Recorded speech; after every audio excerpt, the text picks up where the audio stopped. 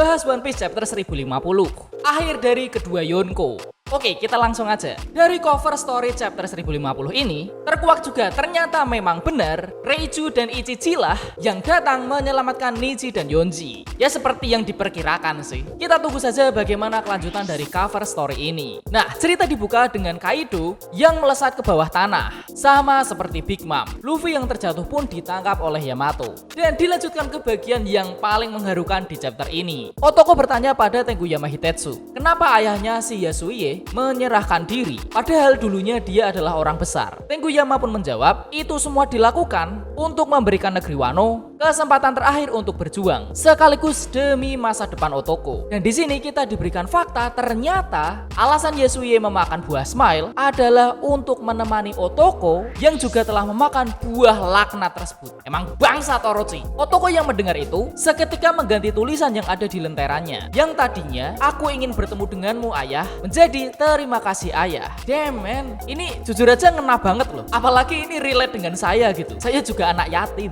Jadi saya malah keinget perjuangannya bapak waktu melihat chapter ini. Malah curhat. Oke, lanjut. Kembali ke Onigashima. Nekomamushi mengumumkan perang telah dimenangkan yang disambut meriah oleh para samurai Wano. Tetapi tiba-tiba Usopp dan Franky datang dengan membawa teman-temannya yang terluka, yang membuat Chopper benar-benar panik. Lalu kita diperlihatkan percakapan yang sangat penting antara Momonosuke dan Zunisha. Momonosuke berkata bahwa dia telah memutuskan ini belum saatnya membuka Wano ke dunia luar. Zunisha pun menuruti keinginan Momonosuke, yang mana agak bikin aku bingung ya. Dari perkataan Zunisha ini, seolah kita diberi kesan bahwa Zunisha akan berperan dalam pembukaan negeri Wano. Itu berarti sebelum Momonosuke berkata seperti ini, Zunisha seperti sudah siap untuk membantu membuka negeri Wano. Tapi peran Zunisha dalam membuka negeri Wano itu apa ya? Atau setidaknya aksi nyatanya itu apa gitu? Membuka Wano kan itu mimpinya Oden. Apakah dulunya Oden pernah menceritakan ke Zunisha? Ya semoga kita nanti dijelaskan ya. Nah, kita balik lagi ke Onigashima. Ternyata sisa-sisa dari bajak laut Beast masih belum menyerah. Tetapi Yamato menghalangi mereka dan membuat mereka terdiam dan tidak melawan lagi. Tiba-tiba terjadi gempa di seluruh negeri. Lalu kita diperlihatkan Kaido dan Big Mom nyemplung ke kawah magma di bawah Wano. Yang ternyata hal ini membuat gunung vulkanik yang ada di laut meletus dengan sangat keras. Dan di sini resmi dinyatakan bahwa Luffy si topi jerami menang atas Kaido. Apakah momen kemenangan Luffy dan meledaknya gunung ini bukti kalau Kaido benar-benar mati?